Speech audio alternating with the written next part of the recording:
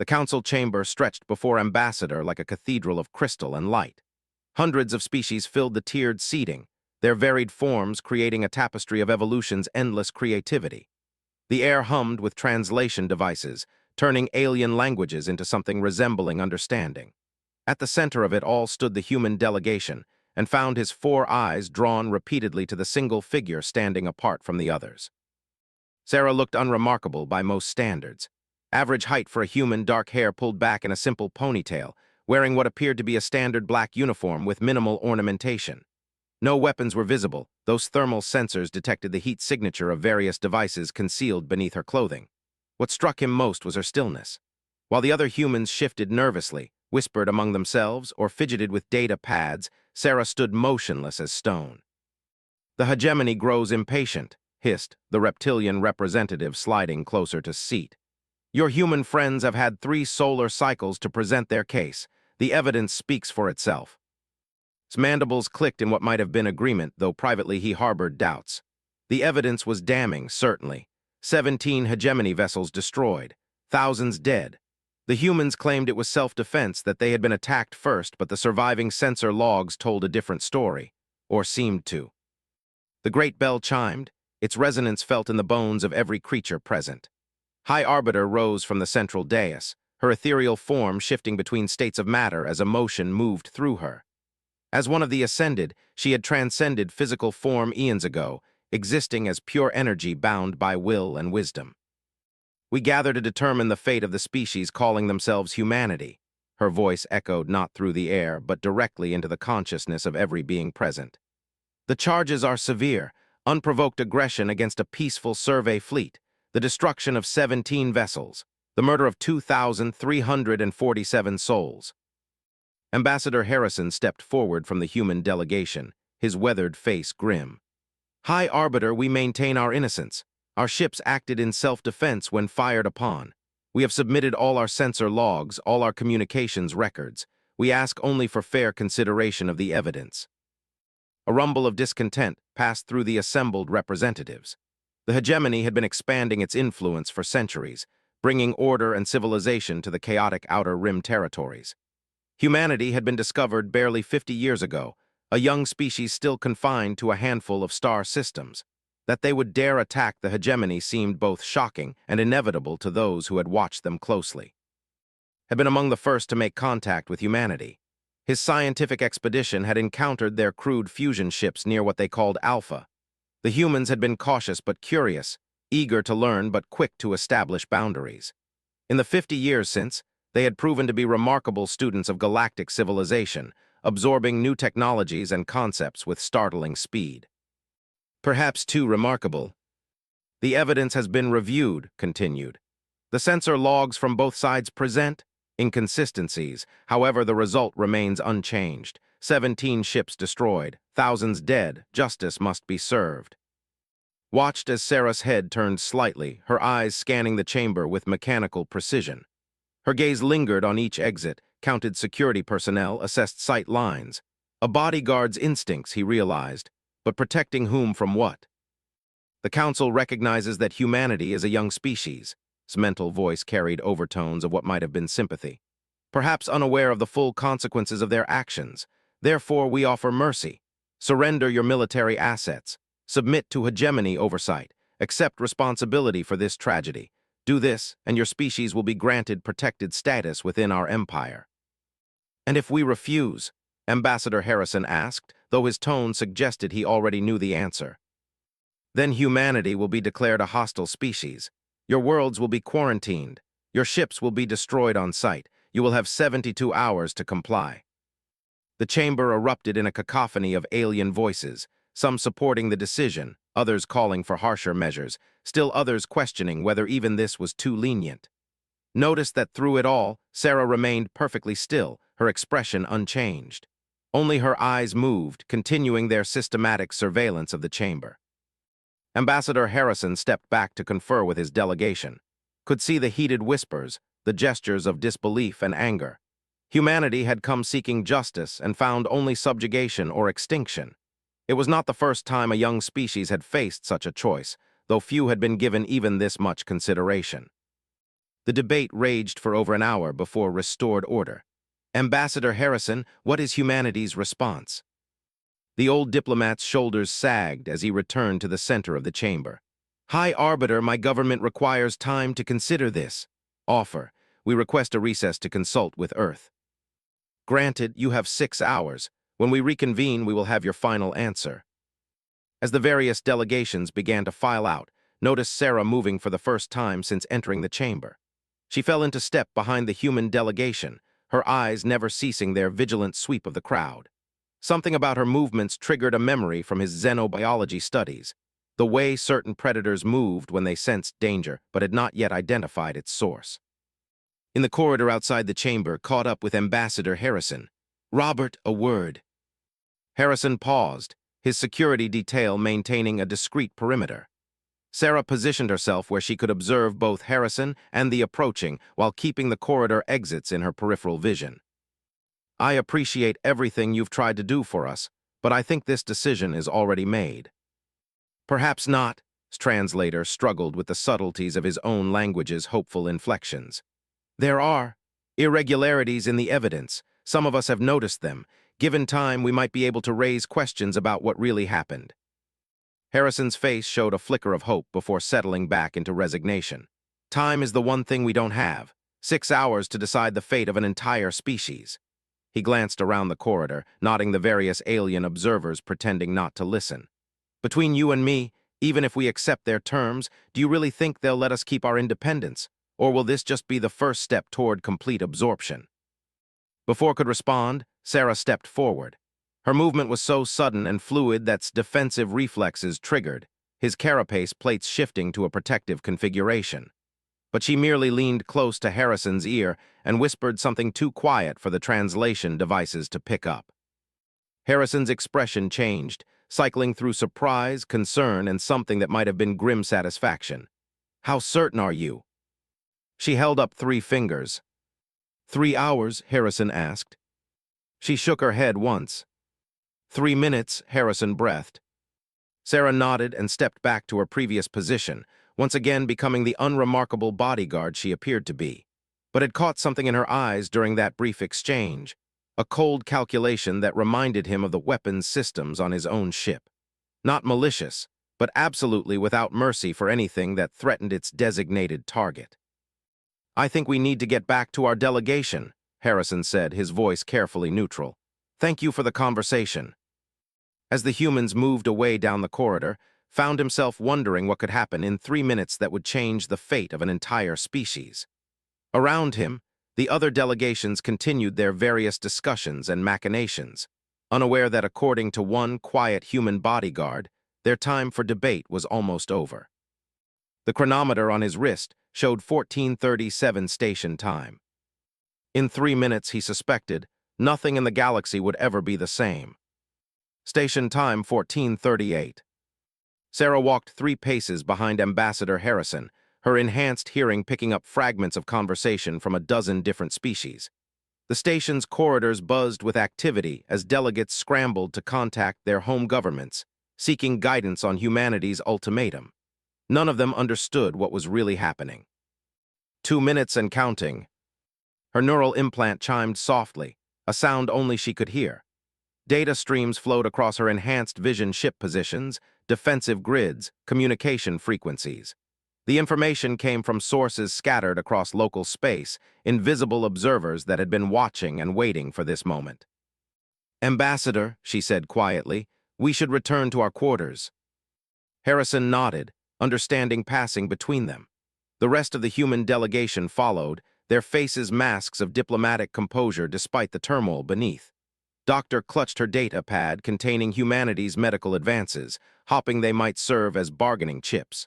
Colonel Mitchell's jaw worked silently as he contemplated the military implications of surrender. They were good people, dedicated to their species' survival, and they had no idea they were about to witness the true face of humanity. The human quarters occupied a modest section of the station's diplomatic ring. Standard accommodations for a minor species, adequate life support, basic amenities, and enough space for a delegation of 12. Sarah had memorized every meter of the layout within an hour of their arrival, nodding that the designers had clearly never considered that these rooms might need to serve as anything other than temporary housing. They would serve perfectly. "Secure the entrances," Sarah said as soon as the door sealed behind them. Her voice carried an authority that made even Colonel Mitchell snap to attention. "Communications blackout, full spectrum." Doctor looked confused. "Sarah, what's happening? The ambassador said we have 6 hours to respond." "The council lied," Harrison said grimly. "Show them, Sarah." Sarah activated her wrist display, projecting a three-dimensional map of local space. Red dots appeared throughout the system, dozens of them, moving in precise formation patterns that spoke of military coordination rather than random traffic. "Hegemony battle fleet," she said simply. "They've been positioning for the past 18 hours. The moment we refuse their terms, which we were always going to do, they'll move to eliminate our ships and declare humanity extinct." The room fell silent. Colonel Mitchell was the first to speak, his voice tight with professional interest. "How many ships?" 237 combat vessels, 53 support craft. They have us outnumbered approximately 40 to 1. "My God," Doctor whispered. "They planned this from the beginning. The trial, the evidence, all of it was just theater." Sarah checked her chronometer, 1 minute 15 seconds. "The good news," she continued, "is that they made the same mistake everyone makes when dealing with humanity. They assumed we would play by their rules." She manipulated the display, and new markers appeared. Blue dots scattered throughout the system in positions that seemed random until the pattern became clear. Each one was positioned to achieve maximum tactical advantage against the hegemony formation. "How?" Colonel Mitchell breathed. "Our ships are restricted to the outer system. There's no way we could have positioned assets without detection." Sarah's expression didn't change. "Officially, we couldn't. Officially, humanity has 47 ships in this system, all clearly tagged and monitored. Officially, we're a young species with primitive technology and no understanding of galactic warfare." The blue dots on the display began to move, accelerating toward intercept courses with mechanical precision. "Unofficially," Ambassador Harrison prompted. "Unofficially, humanity learned something important 50 years ago when we first encountered the galactic community. Everyone assumes that because we're young, we're also naive. They see our fusion drives and think we're still children playing with fire. They see our kinetic weapons and think we haven't learned to harness energy properly." Sarah's voice carried no emotion, just cold calculation. "They never asked what we were doing in the 75 years before we met them." Station time 14:39. The display updated, showing communication streams beginning to flow between the blue markers. Not electromagnetic transmissions that could be intercepted and decoded, but quantum-entangled particles that allowed instantaneous communication across any distance. The technology was theoretical to most galactic species, considered too complex and energy-intensive for practical military use. Humanity had been using it for decades. "The truth," Sarah continued, "is that humanity began preparing for this war the day we learned we weren't alone in the universe. Every ship we've built, every technology we've developed, every diplomatic contact we've made, all of it was designed for one purpose: to survive first contact with a hostile civilization." Doctor shook her head in disbelief. "But the hegemony isn't hostile. They offered us protectorate status. They could have simply destroyed us without warning." "Could they?" Sarah manipulated the display again, zooming out to show a broader view of galactic space. Dozens of systems lit up in various colors: green for hegemony core worlds, yellow for protectorates, red for recently conquered territories. "Look at the pattern. Every species they've protected has lost its independence within 2 generations. Every species that refused their protection has been declared extinct. They're not explorers or peacekeepers. They're conquerors with better public relations." 30 seconds. Sarah's neural implant chimed again, this time with a different tone. Confirmation signals began appearing on her display as hidden assets throughout the system reported ready status. Ships that had masqueraded as asteroids powered up weapons systems that had been dormant for months. Stealth platforms that had been invisible to hegemony sensors began targeting solutions. Communication networks that had seemed like harmless scientific equipment revealed themselves as military coordination systems. In the space of heartbeats, the tactical situation in the system completely reversed. "My God," Colonel Mitchell whispered, "how long have you been planning this?" "76 years, 3 months, and 18 days, Sarah replied without hesitation. "Since the day our deep space telescopes detected artificial signals from Alpha, humanity has been on a war footing ever since." Ambassador Harrison stepped forward, his diplomatic mask finally falling away to reveal something harder underneath. "Sarah, begin Operation Damocles." "Confirmed, initiating Damocles Protocol." Station time 1440. Throughout the system, nearly 300 vessels that had been hiding in plain sight suddenly revealed their true nature. Advanced stealth technology, developed in secret laboratories on a dozen human worlds, flickered offline to reveal ships unlike anything the galaxy had ever seen. They were sleek where hegemony vessels were ornate, functional where alien designs prioritized aesthetics, and absolutely ruthless in their single-minded focus on destruction. The hegemony fleet, caught in the middle of their own formation adjustment, found themselves facing an enemy that had appeared from nowhere and everywhere at once. Their sensors, calibrated to detect known galactic technologies, struggled to lock onto ships that seemed to bend space around themselves. Their weapons, designed to penetrate traditional energy shields, found themselves targeting vessels that used no shields at all, instead absorbing and redirecting incoming fire through exotic matter manipulation. Sarah's display lit up with engagement reports as the first shots were fired. Hegemony vessels, accustomed to fighting opponents who followed galactic warfare conventions, found themselves facing an enemy that had never agreed to those conventions. Human ships moved with impossible precision, their quantum-linked coordination allowing them to act as a single organism rather than individual vessels. In the first minute of combat, 17 hegemony ships simply vanished, not destroyed in spectacular explosions, but erased from existence by weapons that rewrote the fundamental laws of physics in localized areas. Another 30 found their systems failing as human electronic warfare packages, based on technologies the galaxy had never seen, turned their own computers against them. The battle, which the hegemony had expected to last minutes and end in humanity's extinction, was effectively over before most species even realized it had begun. Sarah's chronometer read 1441. 3 minutes, she said quietly. War's over. The council chamber had become a maelstrom of panic and confusion. Emergency alerts blared from a dozen different warning systems, while holographic displays showed the impossible, the complete annihilation of the hegemony's battle fleet in under 3 minutes. Representatives from hundreds of species shouted demands for information in languages that overwhelmed the translation matrices, creating a cacophony of incomprehensible noise. High Arbiter's ethereal form flickered with distress patterns, her normally composed energy signature chaotic with disbelief. "This cannot be accurate. Run full diagnostics on all sensor systems." "Diagnostics complete," reported the station's AI with mechanical calm. "All systems functioning within normal parameters. The hegemony fleet has been destroyed. Human vessels are now in control of local space." Felt his respiratory system seize momentarily as the implications hit him. 3 minutes ago, humanity had been facing extinction. Now they had just demonstrated military capabilities that surpassed anything in known galactic history. The quiet bodyguard had been precise in her timing. The reptilian representative was among the first to regain his composure. "Impossible. Our intelligence reports showed humans possess only primitive fusion technology, kinetic weapons, basic energy manipulation. They're barely a Type 1 civilization." "Your intelligence was wrong," a new voice said from the chamber entrance. Every head turned to see Ambassador Harrison walking calmly down the center aisle, his delegation behind him.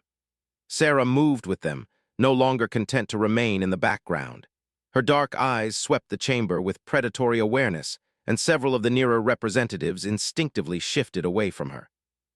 "Ambassador Harrison's mental voice carried sharp harmonics of demand. "Explain what has occurred here." Harrison stopped at the same position where, hours ago, he had stood as a supplicant hoping for mercy. Now his posture carried the quiet confidence of someone holding all the strategic advantages. "What occurred, High Arbiter, is exactly what we told you would happen if humanity was threatened with extinction. We defended ourselves." The chamber erupted again, but this time the tone was different. Fear had replaced indignation. These beings had just watched their most powerful military force eliminated with casual efficiency by a species they had dismissed as primitive. "You massacred thousands of beings," hissed, his scales flushing dark with rage. "Unprovoked aggression against lawful forces maintaining galactic peace." Sarah stepped forward, and the temperature in the chamber seemed to drop several degrees. When she spoke, her voice carried the same mechanical precision she had shown in the corridor. "Unprovoked," she gestured, and a holographic display materialized above the chamber floor. "Let me show you what your peaceful survey fleet was actually doing when our ships encountered them." The display showed tactical readouts from the original incident that had brought them here. 17 hegemony vessels in formation around what appeared to be a human colony ship. But as the recording progressed, details became clear that had been absent from the official reports. "Hegemony vessels opened fire first," Sarah continued. "Our colony ship, the New Horizons, was carrying 8,000 civilian colonists to establish a settlement in an unclaimed system. Your ships detected them and moved to intercept. When Captain attempted to communicate, your vessels responded with weapons fire." The recording showed energy beams striking the colony ship's hull, burning through civilian compartments. Emergency transmissions filled the audio channels, voices calling for help, reporting casualties, begging the attackers to stop. "Our escort vessels," Sarah's voice never wavered, "responded to protect civilian lives. The hegemony ships were destroyed because they chose to fire on unarmed families. Every death in that engagement rests on hegemony command decisions." Swarm shifted through several energy states before stabilizing. "These recordings, they differ from the evidence presented to this council." "Because the evidence was," Harrison said bluntly. "The hegemony presented edited logs designed to support a predetermined narrative. They wanted an excuse to eliminate or subjugate humanity, so they created one." Found himself reviewing everything he had observed over the past several days. The human delegation's apparent nervousness, their desperate attempts to present evidence, their shocked reactions to the council's ultimatum, had all of it been performance? Had they known the truth all along? "Even if your version of events is accurate," came a new voice from the upper galleries, "you have just demonstrated capabilities that pose a threat to galactic peace. How are we to trust a species that has hidden such devastating military power?" Sarah turned toward the speaker, a crystalline being whose species didn't recognize. "You're concerned about trust? Your hegemony has conquered 47 species in the past 2 centuries. Your peaceful expansion has resulted in the cultural extinction of entire civilizations. And you question our trustworthiness because we chose to prepare for the inevitable conflict." She gestured again, and the display changed to show historical data spanning centuries. The expansion of hegemony space, the absorption of protectorate species, the mysterious disappearances of civilizations that refused their terms. "Humanity learned early that the galaxy is not a peaceful place," she continued. "We learned that survival requires strength, and that strength must be hidden until the moment it becomes necessary. Today became that moment." "So what happens now?" The question came from Dr. Ra, a philosopher-scientist whose species had joined the hegemony willingly centuries ago. "Do you intend to become the new galactic, replace one empire with another?" Harrison shook his head. "We have no interest in ruling anyone.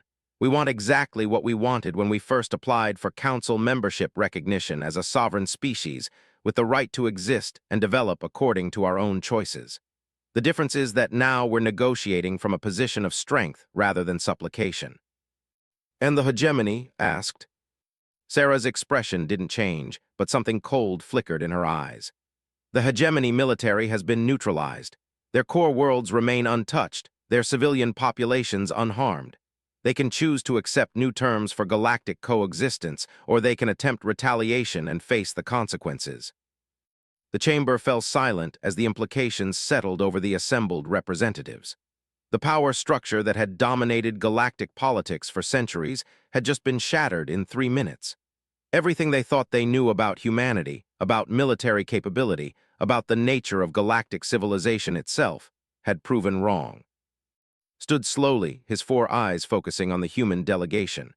"Ambassador Harrison, I must ask, how long have you been capable of this level of military action?" "Since before we met you," Harrison replied with what might have been genuine regret. Every human ship you've seen, every technology we've shared, every diplomatic interaction we've had, all of it was carefully calculated to present the image of a developing species that posed no threat to established powers. The colony ship that first encountered us, Sarah added, was actually a deep space reconnaissance vessel collecting intelligence on galactic military capabilities. We've been studying you all for 5 decades, learning your weaknesses, preparing for the day when peaceful coexistence would no longer be an option. Dr. Ra's crystalline form resonated with what might have been bitter amusement. So we have been the primitives all along, studied by beings we thought we were teaching. Not primitives, Harrison said firmly. Never that. Many of our advances were built on principles we learned from galactic science. We simply applied them in ways you hadn't considered, ways that aren't limited by traditions of galactic warfare conventions. Sarah's communicator chimed softly, and she glanced at it before speaking quietly to Harrison. He nodded, then addressed the chamber. High Arbiter, I believe this session should be adjourned. There are new realities to consider, new negotiations to be planned. Humanity is prepared to discuss the future of galactic civilization, but those discussions will be between equals, not between conquerors and subjects. As the human delegation prepared to leave, his voice echoed once more through the chamber. What assurance do we have that humanity will not use this power to dominate others as the hegemony has done? Sarah paused at the threshold and turned back. For the first time since entering the chamber, something resembling emotion crossed her features. Because we remember what it felt like to be helpless, she said simply.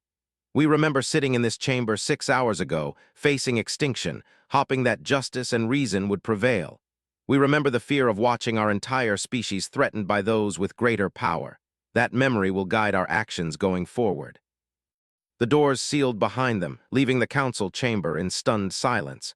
Outside, emergency broadcasts were already beginning to spread the news throughout galactic space. The age of hegemony dominance was over. The age of humanity had begun. And it had taken exactly 3 minutes. The human diplomatic quarters had been transformed into something resembling a military command center. Holographic displays filled the air, showing real-time status updates from across the galaxy as news of the hegemony's defeat spread. Sarah stood at the center of it all, coordinating responses from human fleet elements that were now revealing themselves throughout known space. Ambassador Harrison sat at a conference table that had been hastily reconfigured to accommodate quantum communication arrays. On the screens before him, the faces of human leadership from a dozen core worlds awaited his report. President of Earth, Director of the Mars Colonial Administration, Admiral Torres commanding the Sol Defense fleet leaders who had spent decades preparing for this moment. Status report. President's voice carried clearly across the quantum link despite the distance measured in hundreds of light years. The immediate threat has been neutralized, Harrison replied. Hegemony forces have been eliminated with minimal human casualties. The galactic community is in shock, but initial reactions suggest they're more concerned with understanding what happened than planning retaliation. And the hegemony core worlds? Admiral Torres asked. Sarah glanced up from her displays. Intact, our strikes targeted only military assets. Civilian populations and industrial infrastructure were specifically avoided. The hegemony leadership is intact but powerless. Director leaned forward on his screen. What's their likely response? Unknown at this time, Sarah admitted. Their entire strategic doctrine was based on overwhelming superiority against primitive opponents. They have no protocols for dealing with a technologically superior enemy. They may attempt negotiation, they may retreat to core territories, or they may fragment entirely as member species reassess their allegiances. The conversation was interrupted by a soft chime from the door controls. Doctor checked the external monitors and looked up in surprise. It's alone. Harrison considered for a moment, then nodded. Let him in. End the conference call for now. We'll reconvene in 2 hours. The screens went dark as entered, his 4 eyes taking in the transformed room with obvious interest. His carapace plates were set in neutral positioning, but Sarah noted the subtle tension in his limbs that suggested controlled anxiety. Harrison said warmly, Thank you for coming. Please sit. The alien scientist settled into a chair designed to accommodate his physiology. his primary eyes focusing on Harrison while his secondary eyes tracked Sarah's movements. "Robert, I must confess I'm not entirely certain why I came. What I witnessed today has challenged every assumption I held about human capabilities." "And about human character?" Sarah asked quietly. His mandibles clicked in what might have been rueful amusement. "Especially about human character. For 50 years, I believed I was observing a young species learning to navigate galactic civilization. Instead, I was apparently being studied by master strategists who had been planning this confrontation since before we met." Harrison poured himself a cup of coffee from a dispenser that somehow continued to function despite everything else that had changed. "I need you to understand something. The deception was necessary, but it was never personal. You've been a friend to humanity from the beginning. Your scientific collaboration helped us understand galactic technology patterns. Your diplomatic support gave us credibility we couldn't have earned otherwise. None of that was false." "But you used that trust to gather intelligence," said. "It wasn't an accusation, merely an observation." "Yes," Sarah said bluntly. "We did. Every interaction, every cultural exchange, every scientific cooperation project provided data about galactic military capabilities, social structures, and political weaknesses. We're sorry for the deception, but not for the necessity." Was quiet for a long moment, his secondary eyes studying the tactical displays still showing throughout the room. "The technology you demonstrated today, the stealth systems, the exotic weapons, the coordination capabilities, how long have you possessed these advantages?" "The theoretical foundations were established within 20 years of first contact," Harrison replied. "Practical applications took another 15 years to develop. Full deployment has been operational for the past decade. Every human ship, every settlement, every diplomatic mission has been supported by military assets you never detected." "The implications are staggering," murmured. "If humanity has been capable of this level of military action for 10 years, why wait until now? You could have revealed your capabilities at any time, established dominance through demonstration rather than conflict." Sarah's expression darkened slightly. "Because we hoped it wouldn't be necessary. Every year we delayed was another year of peace, another year where conflicts might be resolved without violence. We only revealed our true capabilities when faced with extinction." "And now," asked, "what are humanity's intentions toward the rest of galactic civilization?" The question hung in the air like a challenge. Through the transparent aluminum windows, they could see other delegations moving through the station corridors, their movements quick and nervous. Fear was spreading through the galactic community as rapidly as news of the hegemony's defeat. Harrison set down his coffee cup and leaned forward. "I'm going to tell you something that isn't public knowledge yet. Humanity has been in contact with 43 species that the hegemony claimed were extinct. They weren't destroyed. They were driven into exile, forced to hide in the dark spaces between claimed territories. We've been providing them with technology and resources for the past 20 years. His entire carapace shifted color to deep amber, a sign of profound shock in his species. 43 species, but that would mean that the hegemony has been committing genocide on a massive scale while maintaining the fiction of peaceful expansion, Sarah finished. Species that refused their protection weren't destroyed in honorable combat. They were systematically hunted down and eliminated. Those that escaped did so only by abandoning everything they had built. We spent decades documenting these crimes, Harrison continued. Gathering evidence, recording testimonies, preparing a case that could be presented to the galactic community. But every time we approached the council, we found that the hegemony's influence was too strong. Our evidence was dismissed, our witnesses were discredited, our appeals were ignored. His mandibles clicked rapidly, an expression of mental processing under stress. So you prepared for war instead of continuing to seek justice through legal channels. We prepared for the inevitable conflict while continuing to hope for legal resolution, Harrison corrected. Today was Plan Z, the option we would use only when all others had failed. When we were threatened with the same extinction that had been inflicted on 43 other species, we finally acted. Sarah manipulated one of her displays, bringing up a star chart that showed the current disposition of human forces throughout the galaxy. Red dots marked hidden bases, blue lines showed supply routes, green zones indicated areas where humanity had been providing covert assistance to refugee species. This is the real scope of human presence in the galaxy, she said. Not the 47 ships we officially acknowledged, but over 8,000 vessels operating in deep space. Not a single star system, but research stations and manufacturing facilities in 200 systems. Not a primitive species learning galactic technology, but a civilization that has been secretly building the infrastructure necessary to challenge the hegemony. Studied the display with the intensity of a scientist confronted with data that rewrote fundamental theories. The resource requirements alone, the coordination necessary. This represents a mobilization of your entire species. Every human world, every colony, every space habitat, Harrison confirmed. For 76 years, humanity has existed in a state of total war preparation, not because we wanted conflict, but because we recognized that conflict was inevitable. The hegemony's expansion patterns made it clear that they would eventually demand our submission or destruction. "And now you've won," said quietly. "In 3 minutes you've overturned the galactic order that existed for centuries. What happens next?" Sarah's communication display chimed with an incoming message. She read it quickly, then looked up with something that might have been satisfaction.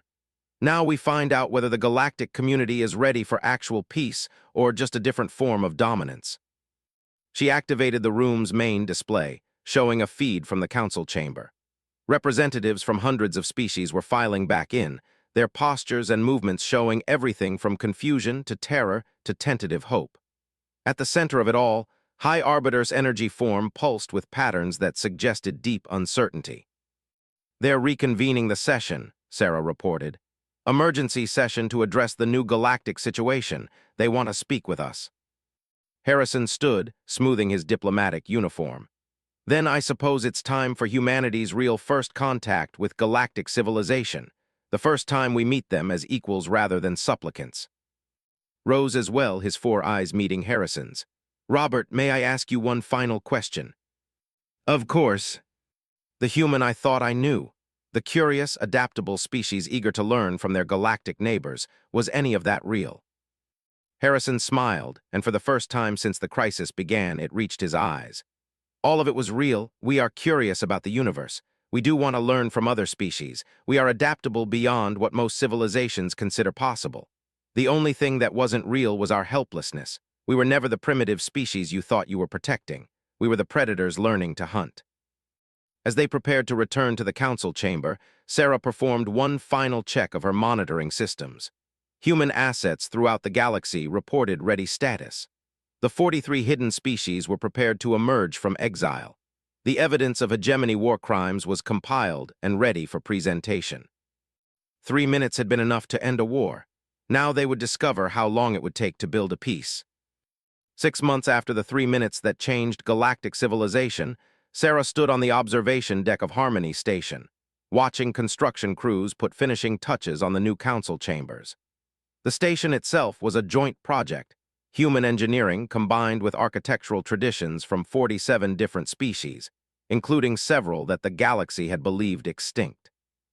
The view before her showed the fruits of humanity's victory, but also its restraint. Human vessels moved through local space alongside ships from dozens of species, but they didn't dominate the traffic patterns. The quantum communication networks that had given humanity its tactical advantage now served as the backbone for a new galactic information system available to all member species.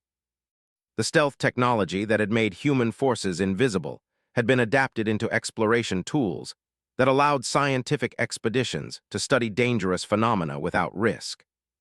"Impressive construction timeline," a familiar voice said behind her. Sarah turned to see Ambassador Harrison approaching, looking more relaxed than she had seen him in decades. The constant tension of maintaining humanity's deception was gone, replaced by the satisfaction of honest diplomatic work.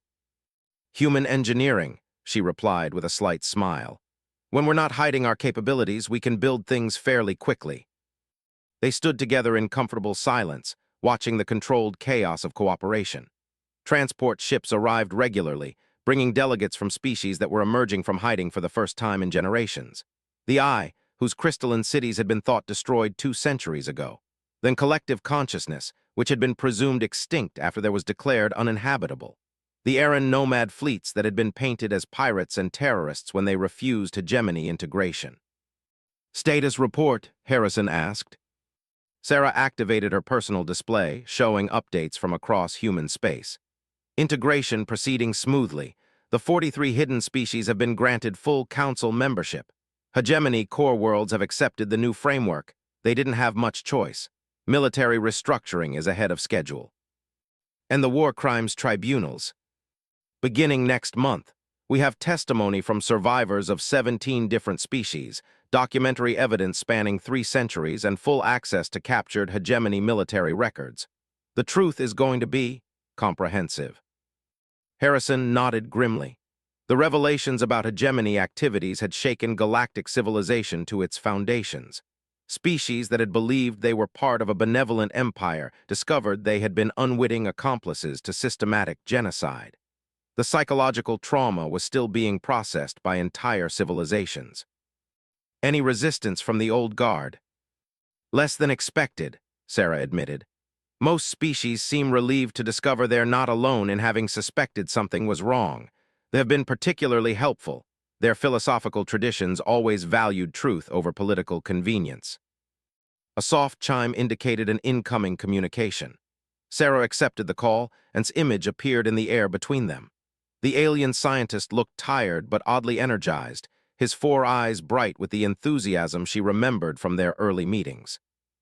"Sarah, Robert, I have the preliminary results from the technological assessment you requested." Harrison leaned forward. "What did you find?" "Human technology is approximately 200 years ahead of anything we previously thought possible," said without preamble. "Your quantum communication systems could revolutionize galactic civilization. Your matter manipulation techniques could solve resource scarcity. Your medical advances could extend across multiple species." And, Sarah prompted, hearing the hesitation in his voice. "And I'm beginning to understand why you kept them secret," he admitted. "In the wrong hands, any of these technologies could enable tyranny on a scale that makes the hegemony look primitive. The question that haunts me is, why trust us with them now?" Sarah exchanged a look with Harrison before answering. "Because the alternative is worse. We could maintain our technological advantage, use it to impose our own version of galactic order. But that would make us exactly what we fought against. Besides," she smiled slightly, "we didn't reveal everything." His mandibles clicked with what she had learned was his expression of exasperation. "More secrets." "Humanity has been preparing for this transition for 76 years, Harrison explained. "We didn't just develop weapons, we developed solutions. Technologies that will only function with proper safeguards. Systems that require cooperation between multiple species to operate. We're not giving you our technology so much as inviting you to participate in it." "The quantum networks, for example," Sarah added, "require consensus protocols from at least 7 different species to access their full capabilities. No single civilization can use them for oppressive purposes because they literally won't work that way. We built cooperation into the fundamental architecture." Was quiet for a moment, processing the implications. "You've created technological systems that enforce peaceful cooperation." "We've created systems that make peaceful cooperation more profitable than conflict," Harrison corrected. "The choice is still there, but the incentive structures favor collaboration."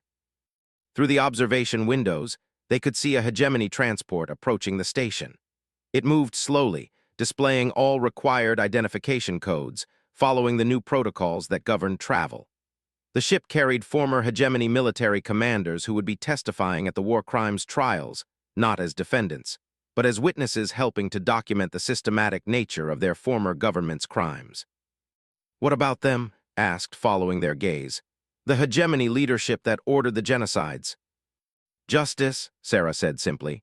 "Fair trials with full legal representation, evidence presented according to galactic legal standards, sentences proportionate to crimes. We won't become monsters to fight monsters." "Even though they would have done worse to humanity." "Especially because they would have done worse," Harrison replied. "The entire point of this transformation is to create a galaxy where might doesn't make right, where technological superiority doesn't grant moral authority. If we start making exceptions based on what someone might have done, we undermine everything we're trying to build." Another chime indicated an incoming message with priority flags. Sarah read it quickly, then looked up with an expression of surprise. "What is it?" Harrison asked. Message from the, she said, referring to the mysterious civilization from the neighboring galaxy that had been observing galactic affairs for without intervening. They want to establish formal diplomatic contact. His entire carapace shifted color to deep purple, an expression of awe in his species. But they've ignored all attempts at communication for over 1,000 years. Apparently, Sarah read from her display, they're impressed by humanity's handling of the transition. They want to discuss mutual cooperation between mature civilizations. They're inviting a human delegation to visit Andromeda. Harrison sat down heavily, the magnitude of the implications hitting him. First contact with an intergalactic civilization, because they respect how we handled our own galaxy. It gets better, Sarah continued reading. They're offering to share information about other galaxies, other civilizations we haven't encountered yet. Apparently, the universe is much more crowded than we realized, and most civilizations fail the test of responsible power. Test asked. Every species eventually develops the ability to dominate their local space, Sarah explained, translating from the message. Most use that power to create empires, to impose their will on others. A few, like humanity, use that power to create systems that benefit everyone. They have been waiting to see which type we were. Through the windows, the view of local space suddenly seemed smaller, just the first step in a universe full of possibilities and challenges they had barely imagined. The 3 minutes that ended the Hegemony War had been the beginning, not the end, of humanity's true test. So what happens now? Asked. Harrison stood, straightening his diplomatic uniform with practiced ease. Now we prove that the galaxy we're building together is worth the respect. We show the universe that intelligent species can cooperate without oppression, that diversity strengthens rather than threatens civilization, that power can be used to protect rather than dominate. Sarah checked her chronometer and noted the time. 14:40 station time, exactly 6 months after the moment everything changed. Now we find out if 3 minutes was enough time to save galactic civilization, or if it was just the first step in a much longer journey. As they prepared to return to their duties, Harrison to diplomatic negotiations that would shape the next century of galactic government, Sarah to military coordination that ensured the peace would be enforced fairly, neither of them looked back at the human quarters where it all began. The war was over. The real work of building a lasting peace had only just started. Outside the windows, human ships continued their patrols alongside vessels from dozens of species. No longer hidden, no longer pretending to be less than they were, but also no longer alone in the responsibility for protecting the innocent from those who would abuse power. 3 minutes had been enough to end a war. A lifetime would be required to secure the peace that followed. But for the first time in human history, they wouldn't be fighting that battle alone.